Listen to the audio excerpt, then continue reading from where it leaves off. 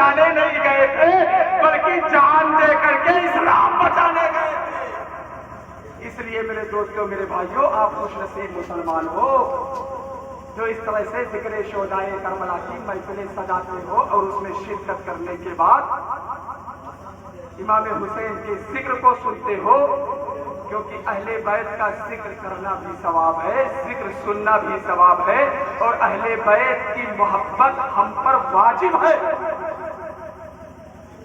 क्योंकि मेरे हुजूर ने फरमाया, अगर कोई मेरे अहले बैत से दुश्मनी रखेगा तो वो मुझसे दुश्मनी रखेगा। यानी इमाम हुसैन से अगर मोहब्बत नहीं है तो यकीनन तुम दुश्मन हो, हुजूर के भी दुश्मन हो, और जो हुजूर का दुश्मन है वो खुदा का दुश्मन है। इसलिए इमाम हुसैन से भी मोहब्बत करो, इमाम हुसैन अहले बैत अतहार से भी मोहब्बत करो, इमाम हुसैन के नाम पर अपना सब कुछ कुर्बान कर दो। अस्तगफिरुल्लाह रब्बी मिन कुल्ली ज़ंबिन व अतूबु इलैह व मा अलैना इल्ला अल बलाग।